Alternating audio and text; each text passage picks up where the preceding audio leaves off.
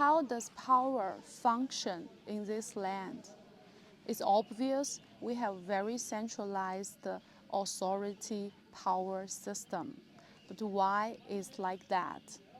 First, we Chinese doesn't believe power is one size thing. It's from up to down or down to up. We believe power is like dating or in marriage.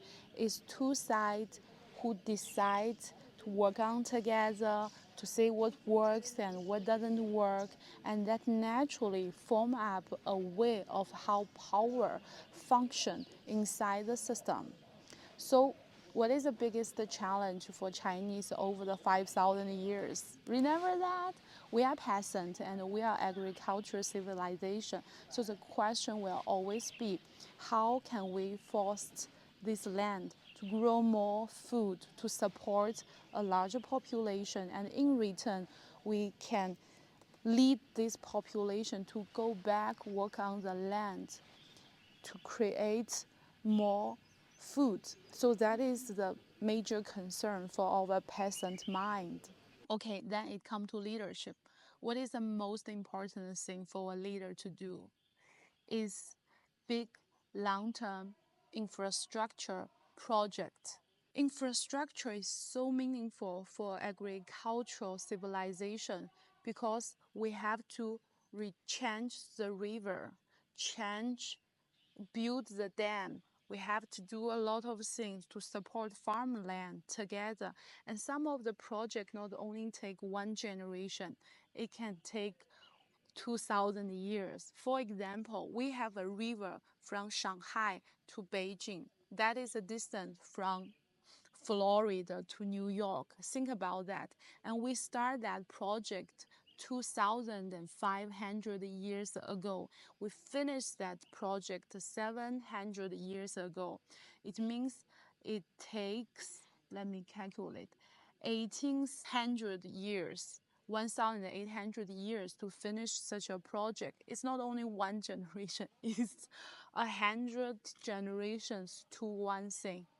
And if the Chinese leaders' major principle is supporting the whole nation to do a very, very long-term project, you think about it, how the power function here.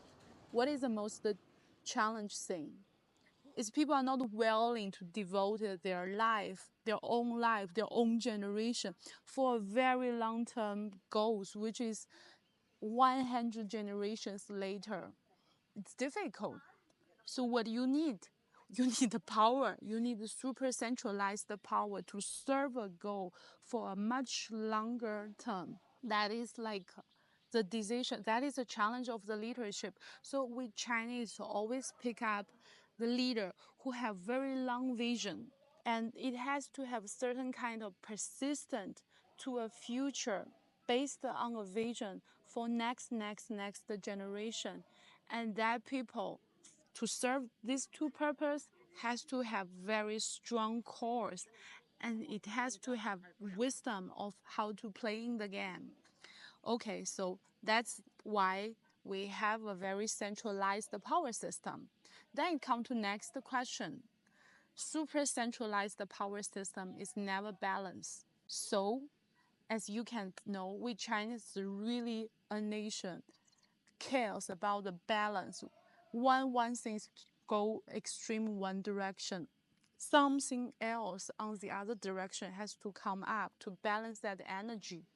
So what is that energy in the power system? It's who the people, the Chinese people, the Chinese family has to own its own land, has to have the property, which is a land. So in 2,000 years ago, we Chinese, 70% of the family own their own land.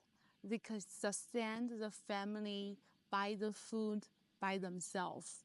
And if any dynasty fail to give the land to its people and reduce farming tax, that dynasty has to fail. And I tell the whole story of how Chinese dynasty generally evolve. So the previous dynasty white come to a places to increase their tax for the peasant and how to say call the peasant to on a war to conquer other places or have these internal wars. The peasant will not be able to work on the land. The peasant will not have enough food to support the family. Then the peasant will revolt against the government. Then the previous dynasty will fall. New powers will rise everywhere. And eventually, the one who get the leadership will establish a new dynasty. And the first thing the new dynasty has to do is to settle down the peasant and allowing them to go back to their land, to work on their land. So they have to give back the land to its people so the people can settle down and not work against the government.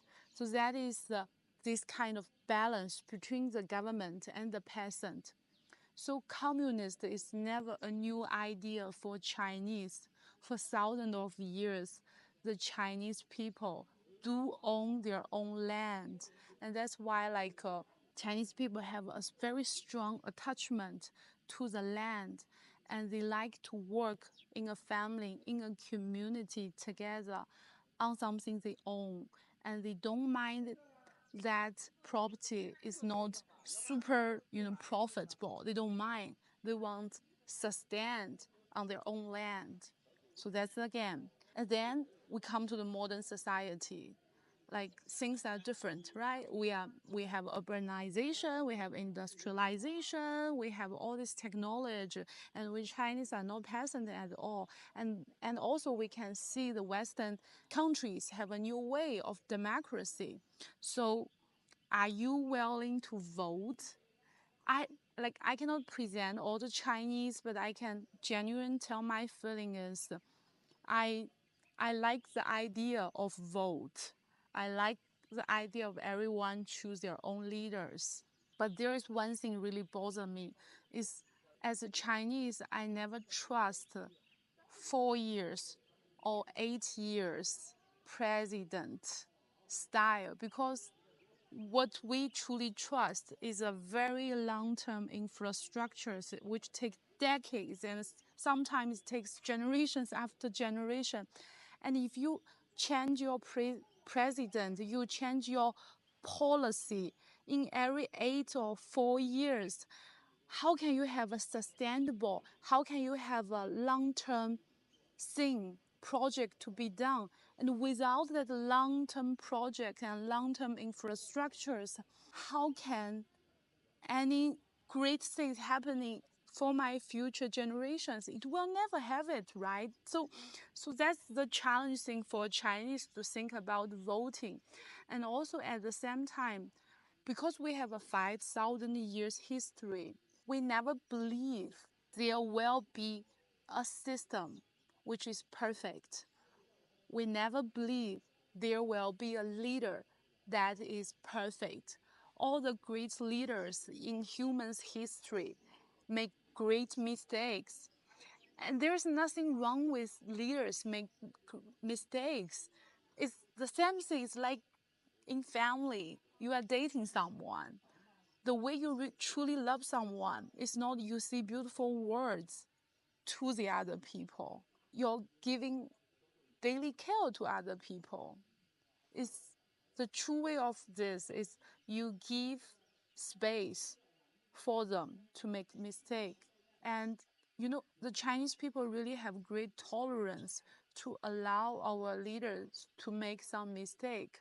And because we are together, we are collectiveness, we don't mind our leader to make some small mistakes. And it is how things are. If you want a long-term things, you will support someone who have this vision, who are persistent with this vision. And at the same time, he or she will make mistake. And it's okay, we can fix it later. It doesn't matter. So that's like how the power system function in this land. I know it's totally different from Western mind. I'm not going to say like this is right or wrong. It's not. It's just how things work out on this land, and that is beautiful. Okay, next chapter, we're going to talk about economic myths, how the Chinese still have enough food on the table and play a wise role on the modern society.